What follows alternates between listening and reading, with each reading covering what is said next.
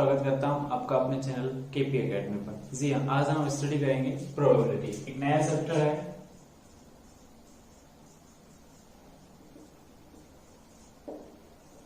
Probability. देखिए, इस probability के बारे में, इसकी जो डेफिनेशन है उसके बारे में हम स्टडी कर चुके हैं। आज हम करेंगे वो इनसे रिलेटेड इसके जो क्वेश्चंस बनेंगे। क्या बताया मैंने आपको? जो इसके क्वेश्चंस बनेंगे उन क्वेश्चंस से रिलेटेड आज हम स्टडी करेंगे। क्वेश्चंस किस किस तरीके के बनेंगे। देखो, प्रोबेबिलिटी का फॉर्मूला आप लोगों ने पढ़ा हुआ है कि P ऑफ E जो होता है वो क्या होता है कि भाई नंबर ऑफ फेवरेबल आउटकम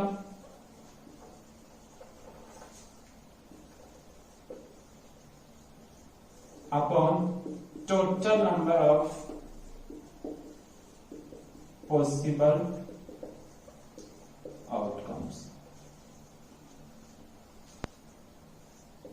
देखिए, ये जो दोनों के दोनों हैं, नंबर ऑफ फेवरेबल आउटकम और total number of possible outcome, ये दोनों के दोनों ही बहुत इंपॉर्टेंट है। अगर इनमें से आपने दोनों में से कोई सी को भी चूज गलत कर लिया तो क्या हो जाएगा? क्वेश्चन गलत हो जाएगा। आज जो अपन स्टडी करेंगे वो पढ़ेंगे total number of possible outcome, यानी कि कोई जो इवेंट होती है उस इवेंट के अंदर टोटल नंबर, यानी जो पॉसिबल आउटकम्स होते हैं वो टोटल कितने होते हैं उस इवेंट से रिलेटेड। अब जो हम 10th क्लास के अंदर पढ़ेंगे या जो 10th तक के लेवल की बात करें तो 10th तक के लेवल में जितने भी total number of possible outcomes जो आएंगे हर एक इवेंट के अंदर, वो आज हम क्या करेंगे? स्टडी करेंगे। देखो, तीन मेन जो क्वेश्चंस बनते हैं इनसे। पहला जो क्वेश्चन बनता है वो मैं आपको बताता हूं। पहला जो क्वेश्चन बनता है ना वो तो बनता है कॉइन पर। क्या बताया मैंने आपको? कॉइन। अगर हिंदी मीडियम वाले बच्चों की बात करें तो इसको बोलते हैं सिक्का। पहला ही जो क्वेश्चन बनता है वो किस पर बनता है? कॉइन पर, सिक्कों पर बनता है। दूसरा जो मैंने बताया वो बनता है डाइस पर। क्या बताया मैंने आपको? डाइस पर। ठीक है, डाइस को बोलते हैं पासा। पहला मैंने आपको बताया कॉइन पर, दूसरा मैंने आपको किस पर बताया? पासा पर। तीसरा जो हम आपको बताने जा रहे हैं वो किस पर बनता है? तीसरा जो क्वेश्चन बनता है वो बनता है ताश की गड्डी पर। ताश की गड्डी या प्लेइंग कार्ड्स अगर मैं आपको बात करूं तो। ठीक, देखिए दोस्तों, सिक्के, पासा और प्लेइंग कार्ड्स, आज इनके बारे में जो हम पढ़ेंगे वो पढ़ेंगे इनमें total number of possible outcomes क्या क्या होते हैं। ठीक है भाई, तो total number of possible outcomes में सिक्के की बात करते हैं। सबसे पहली बात आती है, देखो इसके अंदर total number of possible outcome, total number of possible outcome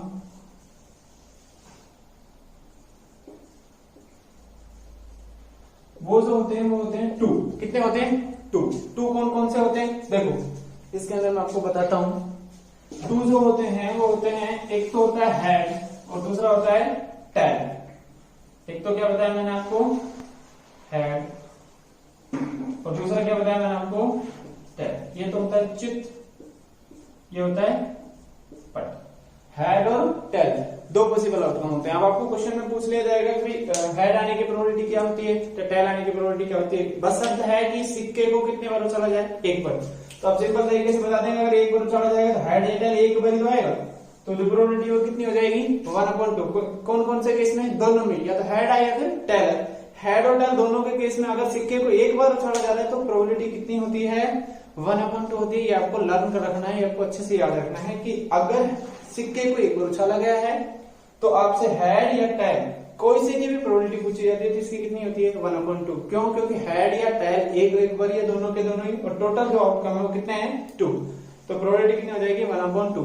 अब बात आती है कि सिक्के को एक बार ना उछाल के सिक्के को 2 बार उछाल दिया जाए, 3 बार उछाल दिया जाए, तो पॉसिबल आउटकम्स क्या क्या होते हैं। देखिए, अगर सिक्के की बात करी जाए तो 2 सिक्के को एक बार उछालना या फिर एक सिक्के को 2 बार उछालना, बात एक ही है दोनों में। कैसे है? देखो,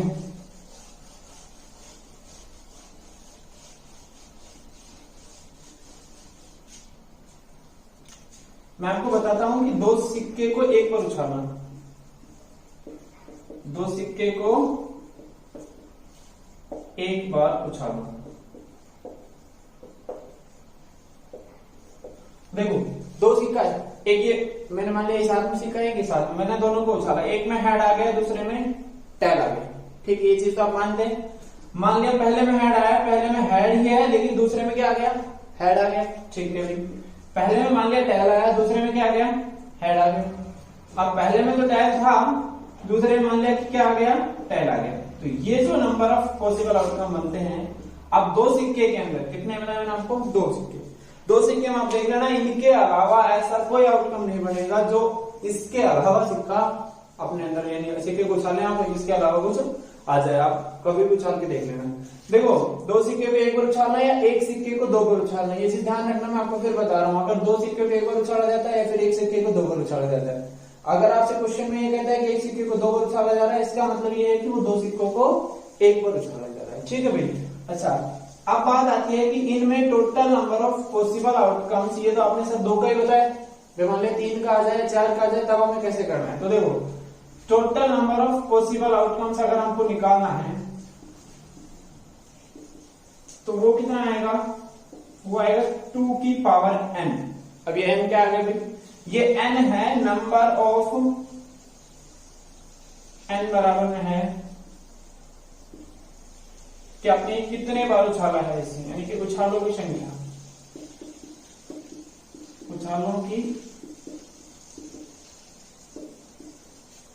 या इसको बोल देते हैं टॉस्ड टाइम।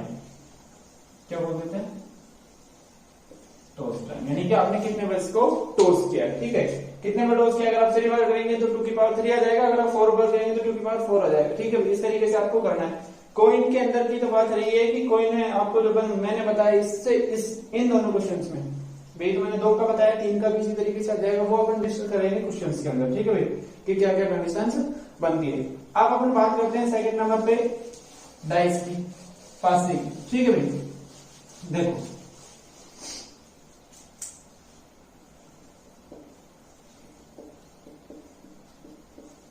पासा, देखो लगभग सभी को पता है कि भाई पासा किस तरीके से, वैसे आजकल एक गेम भी चल रहा है ना लूडो, तो उसमें देख लिया करो कि पासा जो होता है ना, वो सभी को पता चल जाता है। मैं आपको सिंपल में बता रहा हूँ, इस तरीके से कुछ होता है, ठीक है भाई। तो पासे पर जो अंक अंकित होते हैं, पासे पर अंक वो होते हैं 1 से 6 तक। कितने तक होते हैं, मैंने आपको क्या बताया, पासे पर जो अंक होते हैं, डिजिट्स, जो इंग्लिश मीडियम वाले सुन लेना भाई, डिजिट्स जो है वो क्या होती है, 1 2 3 4 5 6। अच्छा भाई 1 2 3 4 5 6 है ना, ये तो सिंपल है, 6 नंबर ही तो है, यानी total number of possible outcome कितने हो जाएंगे इसके अंदर, 6। Total number of possible outcomes, तो वो तो कितने हो जाएंगे भाई, 6। सिंपल है। लेकिन इसके अंदर क्या बन जाते हैं भाई, केस बन जाते हैं, क्योंकि 6 जो संख्या दिख रही है ना, वो इजी नहीं है, उसके अंदर बहुत सारे केस बन जाते हैं। तो 2-3 केस जो मैंने आपको पढ़ाने हैं, यानी कि जो 10th क्लास में आने वाले, 9th क्लास में आने वाले, या और भी कॉम्पिटिशन एग्जाम में पूछे जाते हैं, वो मैं आपको बता रहा हूँ कि 2-3 केस जो बनते हैं ना, वो कौन कौन से बनते हैं, तो उनको सुन लीजिए, इनको वीडियो को पॉज करके नोट जरूर कर लेना। इंपॉर्टेंट चीज है जो आज बता रहा हूँ, वो ये अगर आपने पढ़ लिया अच्छे से, तो ये कंफर्म मान लेना है कि आप प्रोबेबिलिटी का 50% पार्ट, यानी कि जो प्रैक्टिस के अलावा अगर आप बात करें तो 50% पार्ट आप खुद सोल्व कर लें, ठीक है। देखो एक तो बात होती है, मैं आपको एक बात बताऊं कि हम जो पढ़ा है ना, वो किस वे में पढ़ा रहे हैं। एक तो बात होती है कि ये मान लेते हैं कि मैं कि मुझे जयपुर तक जाना है, मान लिया, ठीक है भाई।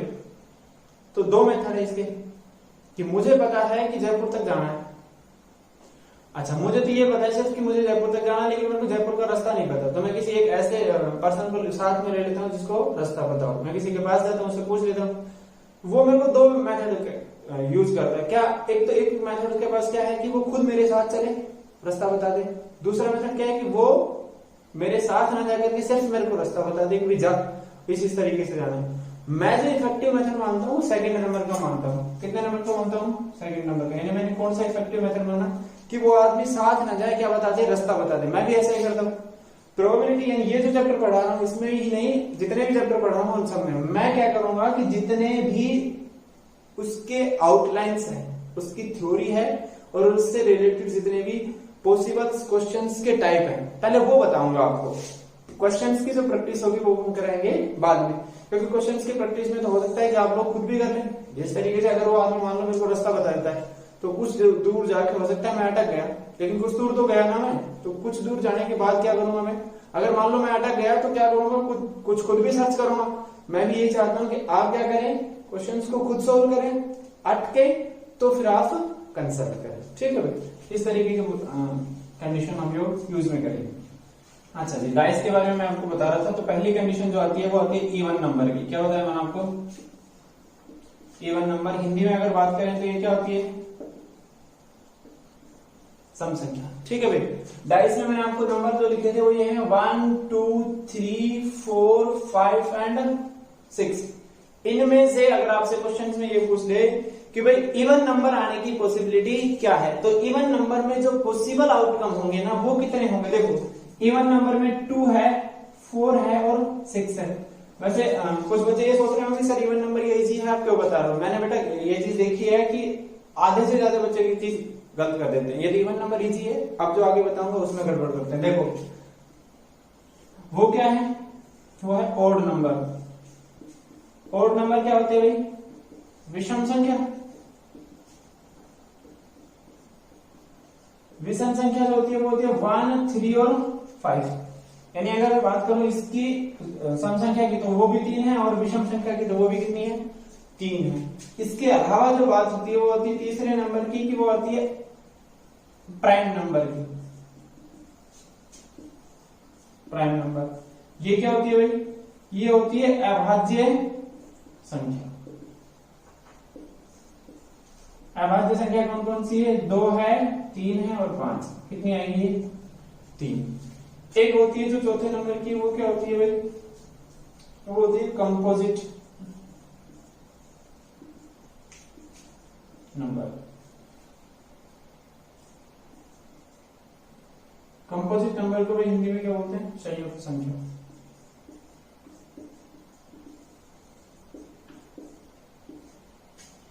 ये जो होती है वो होती है 4 और 6, यानी इसमें क्या आएगा, 2 है, ठीक है भाई।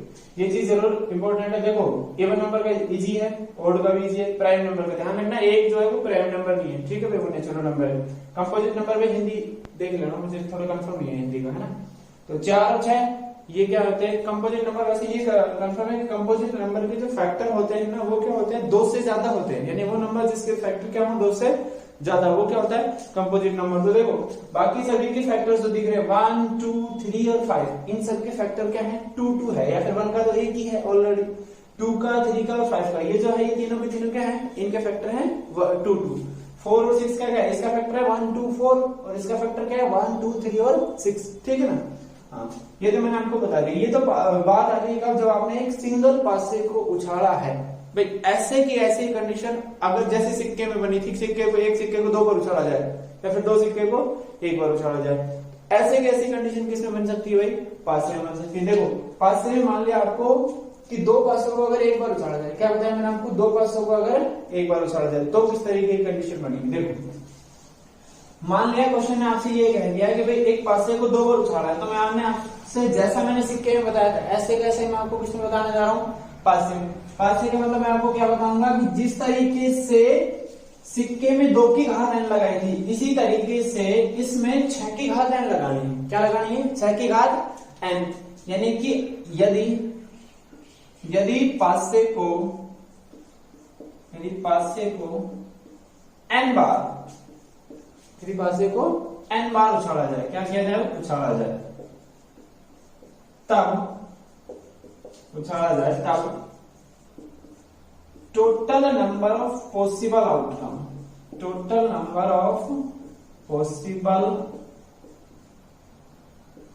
आउटकम्स वो जो होंगे वो कितना होगा, 6 की पावर n। यहाँ n क्या है, n टाइम्स आपको टोस्ट किया हुआ है इसको, ठीक है ना। यानी कि इस कॉइन को जो डाइस है, डाइस को कितने टाइम टोस्ट किया है, 2 टाइम्स। देखिए तो if dice is tossed thrown 2 times, the dice is tossed 2 times, then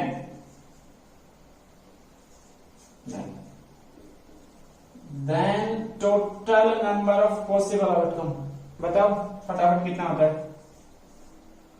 total number of possible outcomes. आधो बच्चों ने तो आंसर दे दिया होगा भाई, 6 की पावर 2, 6 6 जा 36। ठीक, अब देखो ये क्या बताया मैंने, if a quiz is tossed n times then the total number of possible outcome is 6 raised to the power n। Okay, अब ये मैंने क्या बताया भाई, अगर किसी डाइस को 2 टाइम टॉस किया जाए तो उस total number of possible outcomes कितने होते हैं, 36 होते हैं। ये हमने आपको बता दिया। ठीक है, 36 में कौन कौन से होते हैं और उसके अंदर क्या क्या कंडीशंस बन जाएगी मैं आपको भाई बताना चाह रहा हूँ, और उसमें ध्यान रखना बहुत ही इंपॉर्टेंट चीजें हैं ये जो मैं आपको इस बार बताऊंगा। ठीक है भाई, देखो ये अगर दो पासे हैं उनको अगर अलग अलग उछाला जाएगा तो भाई एक पासे पे अलग अंक आएगा, दूसरे पे अलग अंक आएगा। ठीक है, तो 36 केस बनेंगे।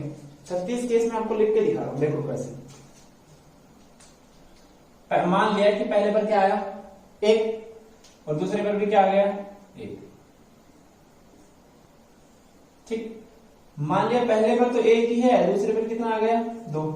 इसी तरीके से चलते जाएंगे भाई, पहले पर 1 है, दूसरे पर क्या आ गया 3। पहले पर 1 है, दूसरे पर क्या आया 4। पहले पर 1 है, दूसरे पर क्या आ गया 5। और लास्ट में क्या हुआ, पहले पर तो 1 ही है लेकिन दूसरे पर कितना आ गया 6। ठीक है, अच्छा अब देखो मान लिया पहले पर कितना आ गया 2 लेकिन दूसरे पर क्या आया 1। पहले पर 2, दूसरे पर भी 2, इस पर 2, फिर इस पर कितना आया 3, इस पर 2, इस पर 4, 2 और ये 5 और लास्ट में 2 और 6 आ गया। अगले कंडीशन में क्या आ जाएगा, इस पे 3 आएगा और इस पे 1। पहले पे 3, दूसरे पे 2, पहले पे 3, दूसरे पे भी 3, पहले पे 3, दूसरे पे 4, पहले पे 3 और फिर इस पे 5, फिर 3 और फिर 6। इनके भी बताएंगे और इसके अंदर जो कंडीशंस बनेगी वो भी। ये बताना बहुत ज्यादा जरूरी है क्योंकि इसके अंदर कुछ ऐसी कंडीशंस बनती है जिसमें बच्चे उलझ जाते हैं कि भाई अगर दो का आ जाए तो, और ये थोड़ा डिफिकल्ट केस के क्वेश्चंस में आता है। अब बात आती है कि पहले पर 4 आ जाए, उसके बाद कितना आए 1, पहले पर 4, फिर इस पर 2। मान लो पहले पर 4 फिक्स है, पहले पर 4, उसके बाद दूसरे पर भी कितना आ गया 4, पहले पर 4, उसके बाद दूसरे पर 5 और ये 4 और ये 6। इसी तरीके से 5 का बन जाएगा। ठीक है, 5 का ये बन गया है, मैंने आपको कंप्लीट करवा के दिखा दिया। ये 5 का पहले पर 5, दूसरे पर 5। अब बात आती है कि लास्ट में 6 आ गया, इस पर 1 आया, इस पे 6 आया, इस पे 2 आया, इस पे 6 आया, इस पे 3, 6 और 4, 6 और 5, 6 और 6। ठीक है, देखो 1 2 3 4 5 6, 1 2 3 4 5 6 यानी 6 6 जा 36। ठीक है, तो टोटल कितने हैं 36। अब जो केसेस बनते हैं मैं उनको ध्यान से देखना। पहला जो आता है वो ये आता है कि इसके अंदर को प्राइम नंबर आ जाए। क्या आ जाए, को प्राइम नंबर। ये को प्राइम नंबर क्या होती है, हिंदी में इनको बोलते हैं भैया सहअभाज्य संख्या। क्या बताया मैंने आपको, सहअभाज्य संख्या। ठीक, तो सहअभाज्य संख्या कौन कौन सी है देखिए। सहअभाज्य संख्या में क्या होगा कि वो संख्या है जिनमें एक के अलावा और कोई कॉमन फैक्टर नहीं है। एक के अलावा और कोई कॉमन फैक्टर नहीं। दूसरा देखो भाई, दूसरा आएगा सेम नंबर का। क्या बताया मैंने आपको, सेम नंबर का। सेम नंबर का यानी कि पहले पासे भी जितना नंबर आया उतना ही दूसरे पासे पर आया। ठीक है, यानी कि इसी तरीके देखो ये जो मैंने मार्क किया है इस रो में वो क्या है सेम। देखो 1 2 3 4 5 और 6 सेम नंबर के केसेस जो है वो कितने हैं 6। ठीक, ये मैंने आपको जो बताया है इसमें ध्यान रखना भाई को प्राइम नंबर वाला जो है ना वो बहुत ज्यादा बार पूछा जाता है। ठीक है, तो उसमें उन को प्राइम नंबर मैंने क्या बताया कि जिन दो संख्याओं के बीच में एक के अलावा और कोई कॉमन फैक्टर नहीं है वो क्या होती है को प्राइम नंबर होती है। तो इनमें ये चीज आप लोग खुद चेक कर लेना भाई। ठीक है, अगर मैं ऐसे चेक करके बताऊंगा बहुत ज्यादा बड़ा वीडियो बन जाएगा। अच्छा, ये बात दो डाइस को एक साथ उछालने की बात या फिर एक डाइस को 2 बार उछालने की बात। अब देखिए ये क्लियर हो गया।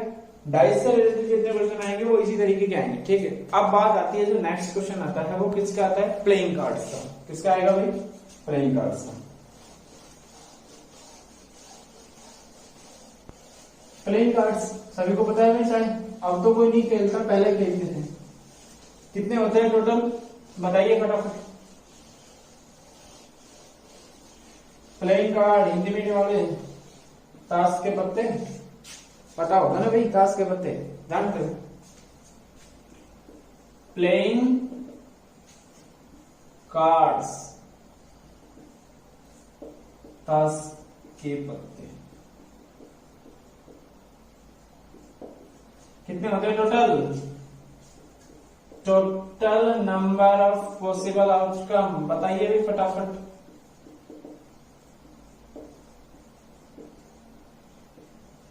एक दो करिए स्टूडेंट हो अभी, उनका जवाब आ गया होगा। किसी का 50 तो नहीं आया ना? 52 होते हैं भाई। कितने होते हैं? 52 होते हैं। देखो इसमें भी 4 पार्ट होते हैं। पहला ये होता है भाई हुक्म, ठीक। दूसरा भी पान, तीसरा चिड़ी, अब चौथा क्या होता है? ईट। ये तो होता है हिंदी मीडियम वालों के। हुक्म को बोलते हैं स्पेड, क्या बोलते हैं? स्पेड। पान को बोलते हैं हार्ट, क्या बोलते हैं? पान को हार्ट बोलते हैं, ठीक है। इसको बोलते हैं क्लब्स, क्या बोलते हैं इसको? क्लब्स। ईट को जो बोलते हैं वो बोलते हैं डायमंड, डायमंड, ठीक है। स्पेड के कितने पत्ते होते हैं? टोटल कार्ड स्पेड के कितने होते हैं? 13। हार्ट के भी 13, क्लब्स के भी 13 और डायमंड के भी 13, ठीक है भाई। अब देखिए इसके अंदर जो केसेस बनता है वो कौन कौन सा बनता है भाई? इसमें जो फेस कार्ड क्या होता है मैंने आपको भाई? Face card. फेस कार्ड हर एक में 3-3 होते हैं। क्या होते हैं? 3-3। देखो कौन कौन से फेस कार्ड वो भी बताएंगे, पहले ये देख लेते हैं कि 3, मैं लिख देता हूं कि 3-3 होते हैं फेस कार्ड। होते हैं कौन कौन से हैं? देखो इसमें मैं लिखता हूं एक तो जैक, एक होता है क्वीन और एक होता है किंग। जैक को तो बोलते हैं गुलाम, क्या बोलते हैं? गुलाम। क्वीन को बोलते हैं बेगम और इसको बोलते हैं बादशाह, यानी कि जैक, क्वीन और किंग। देखो टोटल फेस कार्ड कितने होते हैं भाई? टोटल फेस कार्ड बताओ फटाफट कितने होते हैं? 3 कितने? 3 मल्टीप्लाई बाय 4 यानी कि 12 का कितने होते हैं? 12। देखो एक मैंने और नहीं बताया आपको, एस जो होता है ना, एस यानी कि इक्का, इक्का वो क्या होता है? हर एक हुक्म, पान, चिड़ी और ईंट, यानी कि हर एक टाइप के कार्ड में एक एक होता है। कितना होता है? एक एक। ईंट में भी इतना ही, पान में भी इतना ही, चिड़ी में भी और हुक्म में भी। तो टोटल कितने हो गए? 4। ये जो होते हैं ना, ये जैक भी 4 होता है, क्वीन भी 4 होता है, किंग भी 4 होता है, यानी कि सारे के सारे के अंदर सेम पत्ते होते हैं, ठीक है भाई। ये जो मैंने आपको आज बताया है ये क्या है? अब जो नेक्स्ट क्लास आएगी ना वो आएगी एग्जांपल्स ऑफ क्वेश्चंस की। अब मैं आपको ये चीजें नहीं बतानी पड़ेगी कि चिड़ी को क्या कहते हैं, ईंट को क्या कहते हैं, ये चीज मैंने आपको पहले बता दी। तो ये चीज उन बच्चों को शेयर कर देना ये वीडियो कि जिन बच्चों ने प्रोबेबिलिटी की क्लास लेने की कोशिश की है उस पर कुछ समझ में नहीं आ रहा हो या कुछ ऐसी चीज हो जो समझ में ना आई, ठीक है भाई। और इसके अलावा जो नेक्स्ट वीडियो में पढ़ेंगे वो हम पढ़ेंगे इनसे रिलेटेड जो क्वेश्चंस बनते हैं वो। अब मैं आपको कहूंगा कि आपको अगर आपके पास बुकलेट वगैरह है तो आप उनमें से क्वेश्चंस की ट्राई करके देखें और कितने क्वेश्चंस आप ये खुद सॉल्व कर सकें, ये आपकी एफिशिएंसी को आप नोट कर रहे हैं। आज की क्लास के बारे में आपको पता चल जाएगा। जी हाँ दोस्तों, अगर वीडियो अच्छा लगा हो तो लाइक और शेयर जरूर करें। कमेंट बॉक्स में आपका कोई क्वेश्चन ऐसा हो जो आपको समझ में नहीं आ रहा वो कमेंट जरूर करें। और अगर जिस बच्चों ने चैनल सब्सक्राइब अभी नहीं किया वो चैनल सब्सक्राइब कर ले, जिन्होंने कर लिया उनको